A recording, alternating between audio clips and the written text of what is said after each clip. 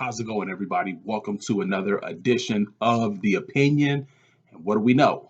The 2024 SEC schedule is out, and really the highlights of the highlight for this schedule release is, hey, what was Oklahoma and what was Texas's schedule going to be? And I really want to focus this video on Oklahoma's schedule because I've seen some things on Twitter in the comment section after the schedule was released. So as we know, Oklahoma's always playing Texas every year. That is a neutral site game. That's not going to change. They play Texas and Dallas, so that's neither home nor away. Let's get to the home games. So the home games, they have Alabama, Tennessee, and then they also have South Carolina.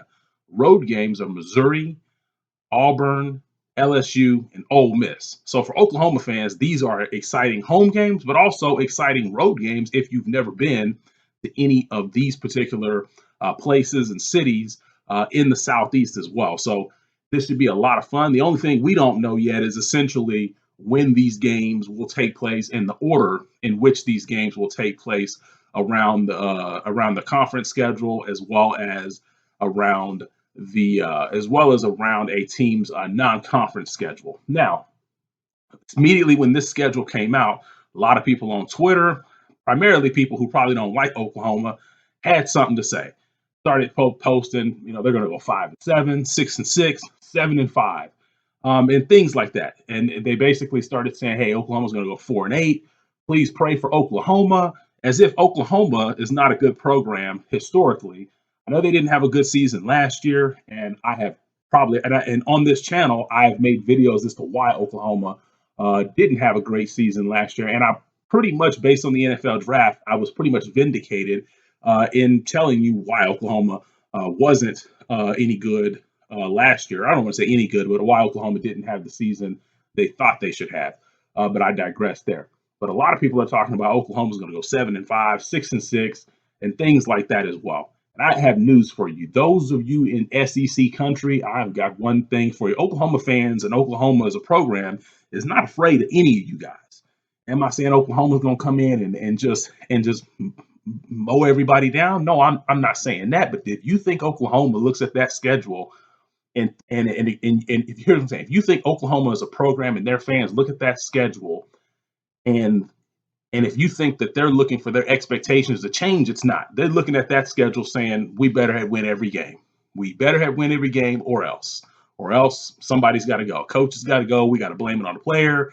We got to do this or we got to do that as well. Because there's a lot of pressure playing at the University of Oklahoma. And that's not going to change going to the SEC. That pressure is actually going to be raised up a notch. But if you think Oklahoma is afraid, you got another thing coming. And if you think Oklahoma's going to go 6-6, 7-5 consistently, you got another thing coming.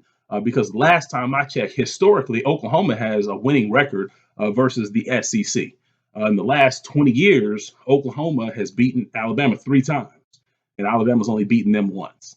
Oklahoma had a home and home with Tennessee. They beat them. Oklahoma played Auburn in a bowl game, beat them. Played Florida in a bowl game, beat them. Now, yeah, has Oklahoma been beaten by teams like Georgia, LSU, Alabama one time? Those things have happened as well. But when they played Georgia, the game was very competitive.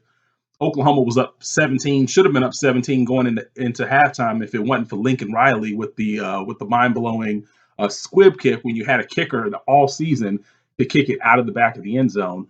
Would have been up by 3 possessions instead of 2, but that's neither here nor there. But hey, Georgia was never up by 17, not one time in that game. But hey, congratulations to them. They won the game at that particular time. Alabama beat Oklahoma in 2018 in the Orange Bowl. Okay, Alabama beat them. You tip your hat to them, and then LSU beat Oklahoma. But LSU won the championship that year. They beat everybody. They even beat Clemson as well. They beat Alabama that year as well.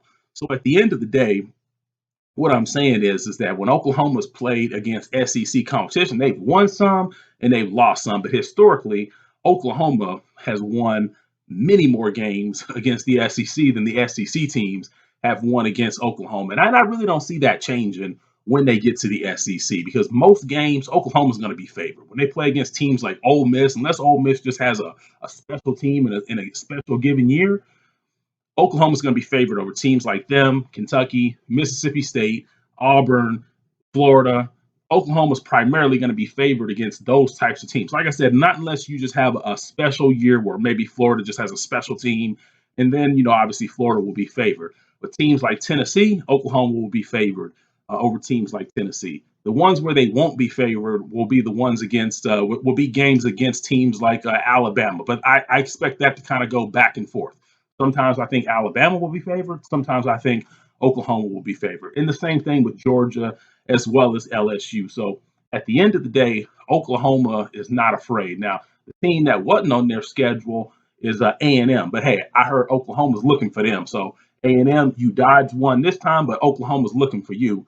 So just just be prepared for 2025 whenever you have to face the Oklahoma Sooners, probably in Norman's, since you get Texas at home the first time around. So whenever Oklahoma comes up on your schedule, you're probably going to have to come to Oklahoma. So like I said, A&M, I heard Oklahoma's looking for you, and you had better just be ready for when they find you as well. But you lucked out this year as well. So like I said, Oklahoma's not afraid. And I don't think Texas is afraid either, because it wasn't too long ago that I remember that, hey, if you go back to the Vince Young, Jason White days, the SEC was saying SE who?